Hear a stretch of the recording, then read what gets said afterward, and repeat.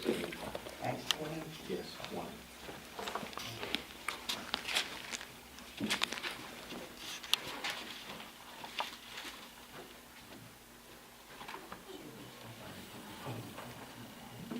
Acts chapter 20, verse 35.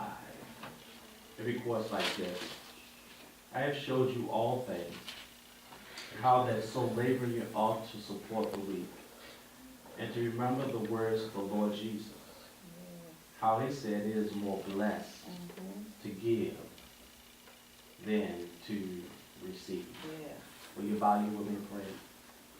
Father God, Lord, in your name, Jesus. Yes, Lord God. Lord, we come right now in the Yes. name of the name that's above every name. Yes, God. But Lord God, you said at the name of Jesus, Yes. Lord, every knee shall bow Yes. and every tongue shall confess Yes. that Jesus Christ is Lord to the glory of God the Father. Yes. So we come in that name right now Yes, Lord. because you said whatever we ask in your name, Father, Yes, according to your will. Jesus. We can have this confidence, Lord God, that you hear us. Yes, Yes. Lord God. In the words of Jesus, Jesus says that you hear him always. Yes. Yes. And we have that same faith, Lord God, that Yes. whatever we ask you, Lord God, we believe that you will bring it to fruition. Yes, Lord God. So, Lord God, we have petitions, Lord God, we have requests, Lord God. And matter of fact, you said, let it be made known to you. Yes, God. And you said the peace of God that surpasses all understanding to keep our heart and mind through Christ Jesus. Yes. So, Lord, as we come celebrating you, Lord God, who gave the greatest gift of all, Yes. and that was your Son, Jesus Christ. Yes, Lord. We thank you, Lord God, that you gave the gift that keep on giving, Lord God. Yes, Lord. And we thank you, Lord God, that you give us the same mandate, Lord God, Yes, Lord. to give Yes, God. to what we have towards you, Lord God. Yes, Jesus. And Lord God, we thank you for allowing us another opportunity Yes, God. to be in the house of the land of the living. Yes. And Father, thank you for allowing us to be in a house of worship, Thank you. Yes. where we can glorify, Lord God, where we can magnify, Lord God, and we can exalt your holy name. Yes, God. Now we ask you right now in the name of Jesus. In the name Now of prepare our Jesus. hearts, Lord God. Yes, Lord God. Break up the fallow ground, Lord God. Yes, Jesus. Yes, Right now Lord. in the name of In Jesus. the name of Jesus. Lord God, that we can reap 100-fold manifestation, Lord God. Yes, Lord God. Not 30, not 60, but 100, Lord Yes, God. Lord Jesus. And we pray that the word of God fall, Lord God, Yes. on good ground. Yes, God. Now, Lord God, allow me to sit and you to stand. Yes, Yes. Jesus. And we ask you to bless your name. In Jesus' name. In Jesus' Amen. name. Amen. Amen. Amen. Amen. And as the song so wonderfully put it, we say happy birthday to Jesus, a day ahead, and Merry Christmas to you all as well. You know, for some of us that who actually have some church experience or been around for a while is very familiar with those sayings in the book of Acts that is more blessed to give than to receive. But I think that we need a friendly reminder. A friendly reminder that sometimes that we get so busy and caught up in the holiday that we forget what the holiday is really about. For the believer, we know that it's centered around Jesus. But also, Jesus wants to know that Christmas is a time for us to give and not always receive. So we need to dive and we need to look at this text and see why that Paul says that it's more blessed to give than receive. Paul is now spending time with the church in Ephesus. After he spent 3+ years in the church at Ephesus, now it's time to depart. Paul unapologetically says that he has given them all that he can give them. And Paul understood that his time on earth is now about to depart. He is now going to face Nero chopping block pretty soon. And so the last words that he want to give this church is the words that come from Jesus. And the word that came from Jesus that Paul recorded that you will not find in the Gospels, you won't find nowhere in the epistles. But Paul says that it's more blessed to give than receive. Paul wanted the church at Ephesus to know that don't get so caught up in yourself that you don't forget about everybody else. And oftentimes I think that we are the same way, that we need a friendly reminder. Paul did it in person, but sometimes we need to text our friends, our family, our church members. Any way how you do it, whether we email them, Snapchat, or Facebook. But somewhere in there we need to send a friendly reminder to remind them about giving. It's something about what giving does, what receiving will never be able to do. And so, if that is the case, if that's the argument that Paul has, and he got it from Jesus, then we ought to follow the example, not only of Paul, but of Jesus. The emphasis is not the words of Paul, but the emphasis of the words come from Jesus. And if you look in your Bible, it's in red. So anytime it's in red, that means that it comes from the mouth of Jesus. And Paul says, I'm sending you a friendly reminder, or I want you to remember. That means that Paul wants you to keep this in the back of your mind, what is important. And Paul going to write this at the end of the days, in the time that he's about to die. So you know this is very important. It's important in everything else that Paul had wrote in the book of Acts to the church of Ephesians, because it's in the red. And so Paul is saying this, brothers and sisters, why it's important for us to give than receive. You say, Pastor, I still don't understand why it's important for us to give than receive. I'm not saying that you this Christmas, that somebody give you a gift and you return it. I'm not saying that. So Paul is keeping them in mind that, you know what, it's some vulnerable people out there who need your support. So you look at what he said in that text that, you know, talking about, he's reminded that they support the weak. The weak means the less fortunate, those who does not have, those who depend on you. Oftentimes we don't understand as a church, our ultimate job is to give to those who are less fortunate than we are. And that's the reminder that you have to remember. This Christmas, while you unwrapping all your gifts, this Christmas, while you celebrating your family, it's somebody who doesn't have a family to celebrate. It's somebody who doesn't have a bed to sleep in. And so what Paul is saying, that in the midst of everything that we're doing, we can't forget the mandate that Christ has given the church. And that is to take care of the least and the less of those who are poor. As we fix our meal, as we have our turkey and our ham and whatever we're going to fix before us, we have to remember that it's somebody who has nothing to eat this Christmas. And then you have to remind yourself and remember that it's not all about the materialistic stuff that we're going to get for Christmas. Because the first Christmas that Christ celebrated, he had nothing. Matter of fact, all he had was wrapped up in swaddling clothes, and he was in a manger. But imagine, brothers and sisters, with me for a minute, that if you had no gifts for this Christmas, what would your response be? We'll say it's not Christmas unless there's gifts. Right. But we can't associate the gift with Christmas. But we can associate giving with Christmas. Because you can give without giving a gift.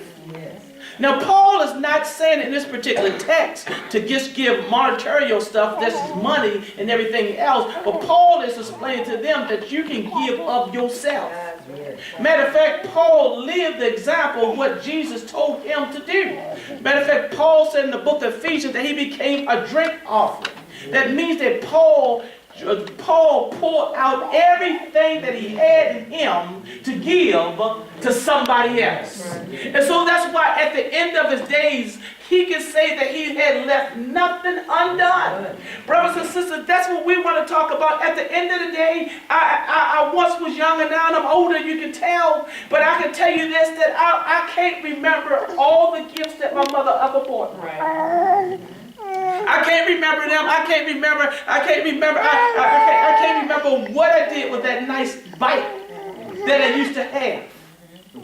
I don't know where it's at, that coat they used to have. I don't know where that stuff at. But I can tell you that the time that she spent with me, I can remember the dates, the times, and everything else. The greatest gift that perhaps you can give to your loved ones and your friends and family is not always materialistic stuff. It's time. It's time. It's how you give up yourself means more than anything else. Because at the end of the day, your child, your husband, your wife is going to remember what you gave of yourself. Because what you give up, because you understand, when you give up yourself, you give it up of your time. You're giving up your time. And Paul wanted the church to know, not only do I want you to take care of the weak, the vulnerable, the poor, the widows and everything else, but you got to give up yourself. You got to give up yourself. You got to give up yourself. You got to keep on giving even when you don't have any more in you. Paul wants whatever in you to come out of you. And that's what Jesus did. That's what Jesus did for us. Jesus lived a life of continual giving. That's right. That's right. I'm telling you, you'll be blessed if you learn how to give. See, this ain't the, now most of us give once a year. Or let's go twice a year. Birthdays and Christmas. But that's not the Christian attitude. The Christian attitude is a lifestyle that a person continue to give.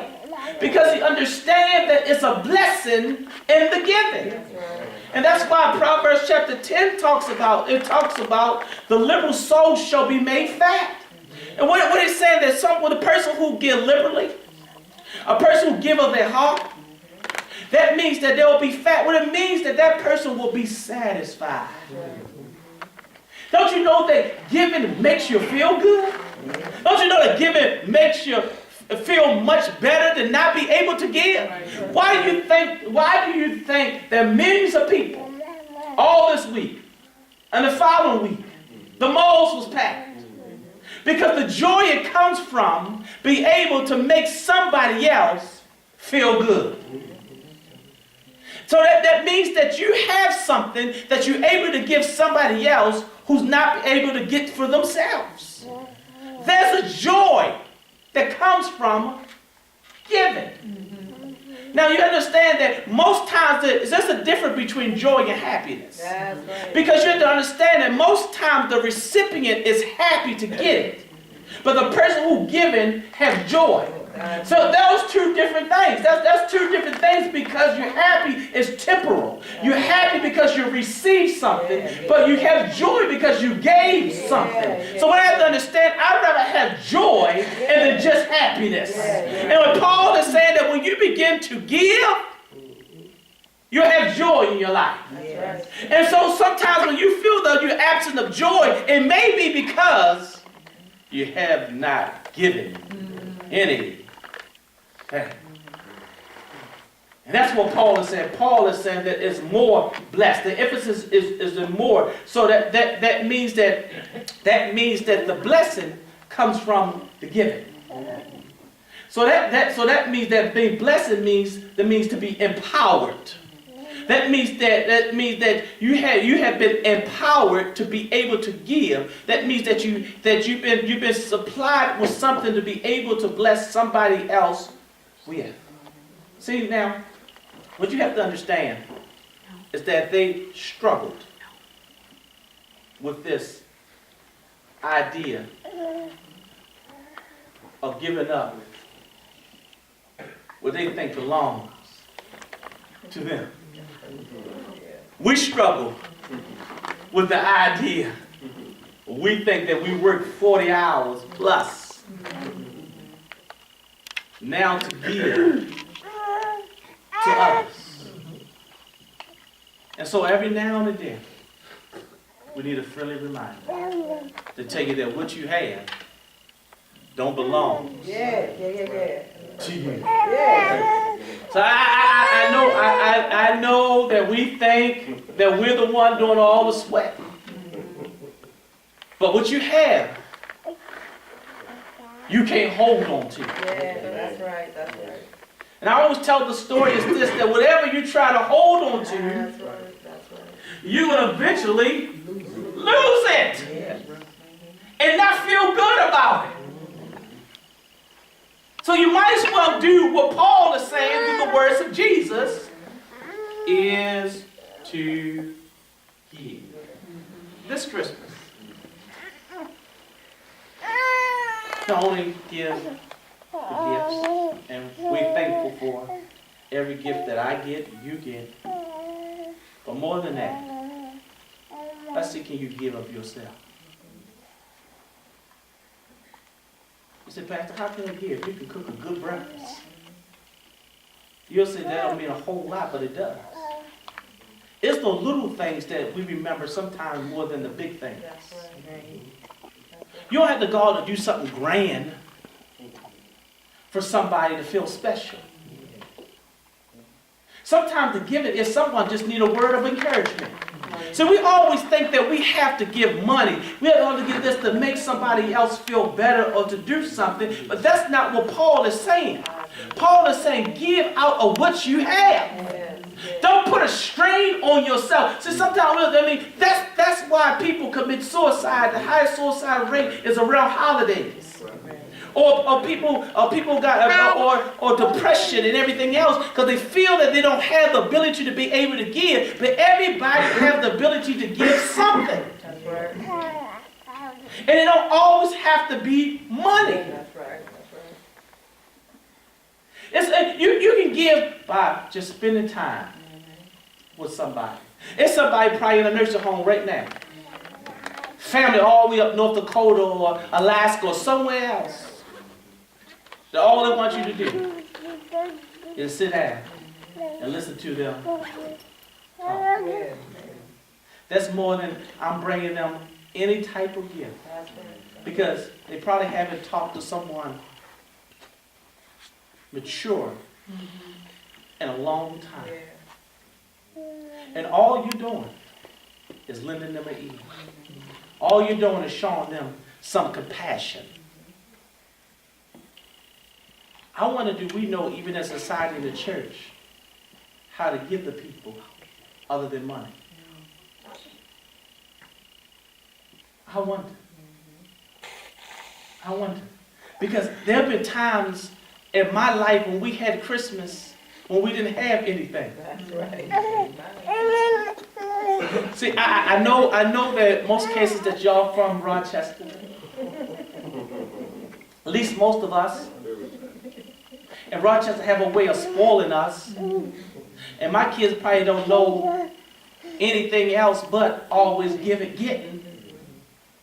But there have been times when I grew up, there was nothing That's right. under the tree. Right. And you know what? And you know what? I know that for some of us, we'll say that it seemed disappointed and everything else. But we made fun out of not having anything.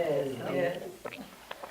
We made fun. We would sit around, sung some songs, played some board games. And I remember that more than anything else. I remember that more than all the expensive gifts that my father and mother ever bought me. I remember when we didn't have anything, but yet we had a lot of fun. How is that? How is it that you can have more fun and build happiness and not having any gifts at all? It was the time that we can reminisce and talk about it. I can go back home now and I can go and talk to my brothers and sisters and we can talk about the time we had no presents. Because when we had our presents, we were so busy just opening up and going our own way, fighting over the gifts and everything out there, and we weren't worrying about Jesus at all. Matter of fact, we weren't worried about Santa Claus, who was supposed to be my daddy. We weren't worried about him, we weren't worried about mom, we weren't worried about they spending their hard-earned money. But it wasn't until that we didn't have the materialistic stuff that society said that we had to have. We didn't have the pants. We're talking about we didn't get the tennis shoes and stuff like that. But what she gave us was more valuable than anything else. Yes. She kept Christ in the center of everything. She was creative with her gift. Yes. She was very creative very creative of not having nothing. But yet, we walked away like we had something. We didn't feel bad when other people kids on the block had their swing bikes and had everything else. Because my mama gave us love. Yes. And sometimes we think the only way that we can show love or give love is always by something. And at the end of the day, would you give up yourself and you give up your time and you give up those little things, that person remember that more than anything else. So this Christmas, and it's probably too late. I'm hoping y'all didn't go into debt. That's for free. Because many people gonna overspend, Yeah. charge, and remember when bill time come around, there'll be no joy, no jingle bells, no silent night. Right. Because they're going to have to pay all that back.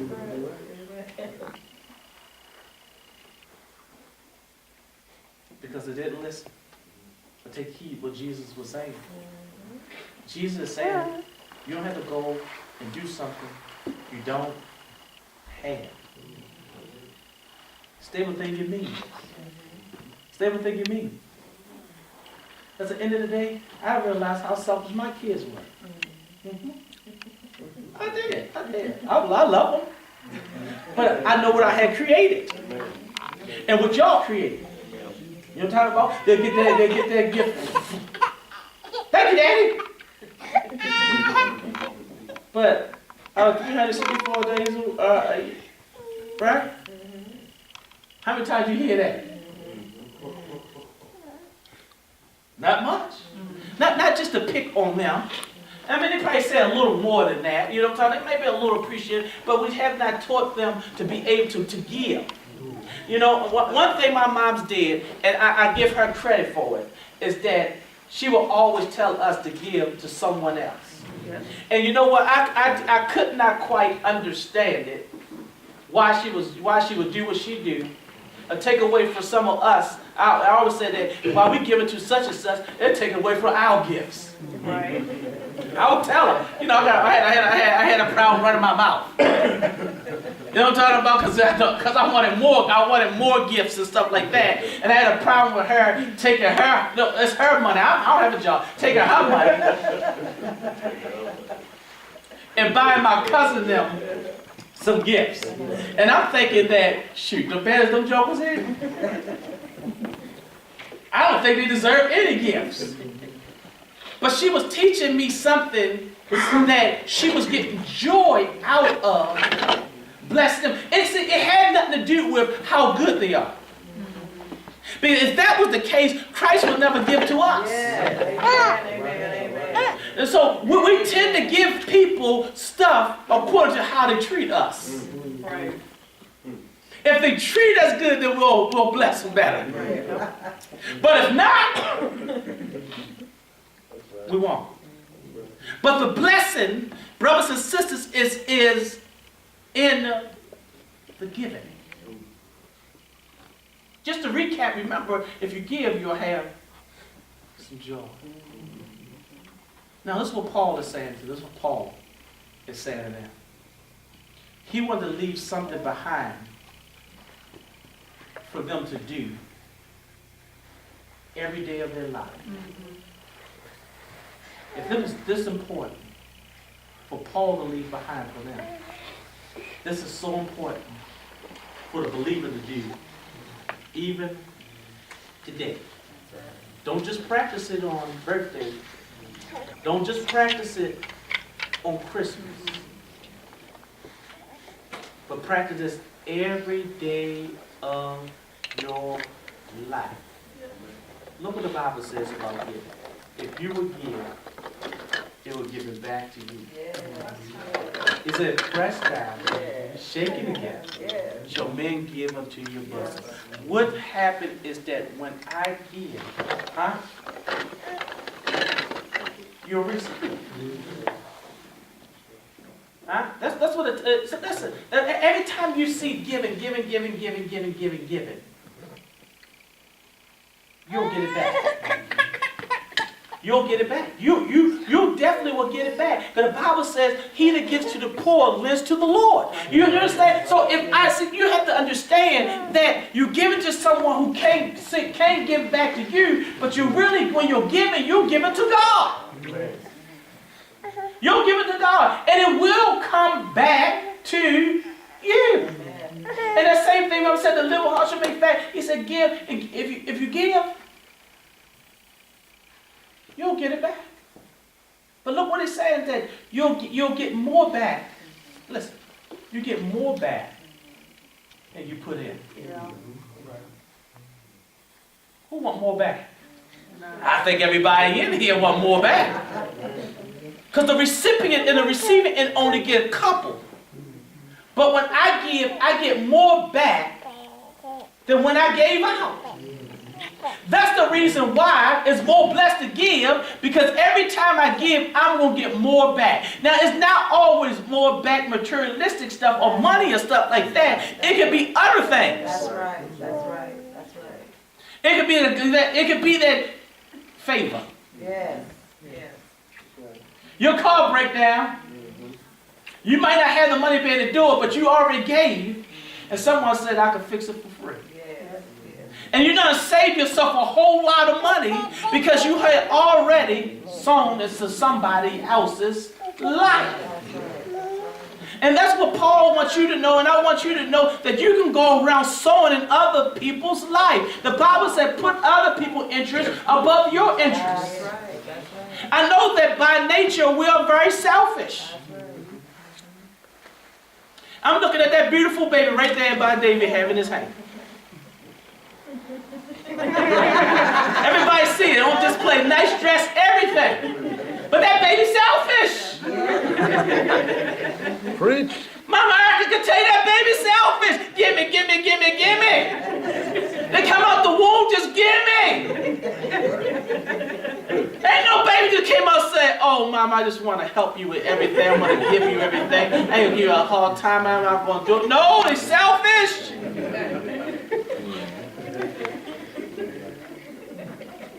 Look at that. She said, yeah, my preacher you've been talking about. I can't wait to open up those gifts.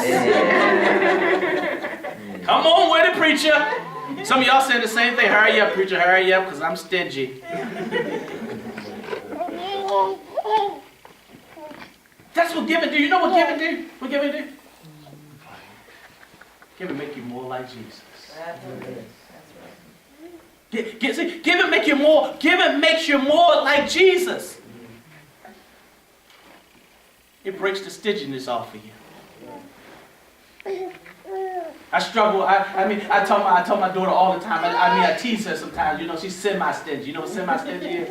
I don't know if there's such thing in real word, but she's semi. You know, we make it up in the hood we come from. Semi-stingy. She'll only give it, when she thinks that it's time to give or when she want to give it. That's semi-stingy. But that's some of y'all the same way. I don't have it. Well, you do have it. Give it up. You know what? I'm almost done. I'm almost done because I know it's Christmas and pre-Christmas, and I know y'all want to leave. And it's lead to this what I'm going to do. I'm setting y'all up for a reason. Now, I've been talking about this thing. How long, Lasagna? How long, Miss Lasagna? Help me out. 2-3 months. 2-3 months. Y'all know what I'm talking about, right? I'm about done. Y'all know what I'm talking about, right? Remember I told you about that green stuff? Not grass. Money. Lasagna, where you going at, Lasagna? I'm about done. Lasagna going to Hades. I had an S to it. My wife and I told her I haven't mastered the English language. She's going there, and we want to be a blessing to Lasagna. And she's been faithful. You've been going there how long, Lasagna? 7 years. 6 or 7 years. And we know the disaster would happen over there. And it still isn't any better. You know, I have no desire to go over. That's not what God put in my heart to be able to do. But it put in Miss Lasagna's heart to go over there with a team. To go over there and to bless them. And she takes out of her pocket them in a group of them to go over there to bless someone else. And she's an epitome, or she's living what we're talking about, how it's more blessed to give, to receive. And she tells the story, you know, how many miles they got to walk, even though they have to, you know, got a little beat-up van or Jeep that they have. But they still got to walk up these mountains and do all these things to be able to bless someone else. And she talks about the diseases that the people over there have and doesn't have the proper medical stuff to be able to use. But she feeling the joy out of blessing someone else with the gifts and talents that God has given her. More than the money that those people need. They still need medical attention. They still need someone to love on them, someone to give them a hug, and someone to encourage them, someone to give them hope. After all that they've been through, to see someone else from another country come over there and show some love means a whole lot. And so we want to be able to help Lasagna with some of those bills. I know that someone said, man, Pastor, you should have hit me up before Christmas. You know us. You know us, Pastor. You know us. We done spent it all now. Now, I'm not that kind of preacher. Now, I'm going to tell you, like, whatever you have, you give. I ain't doing 2 or 3 offers and all that type of stuff. And I ain't putting no pressure on you. But whatever God put in your heart, to help her so she can bless someone else.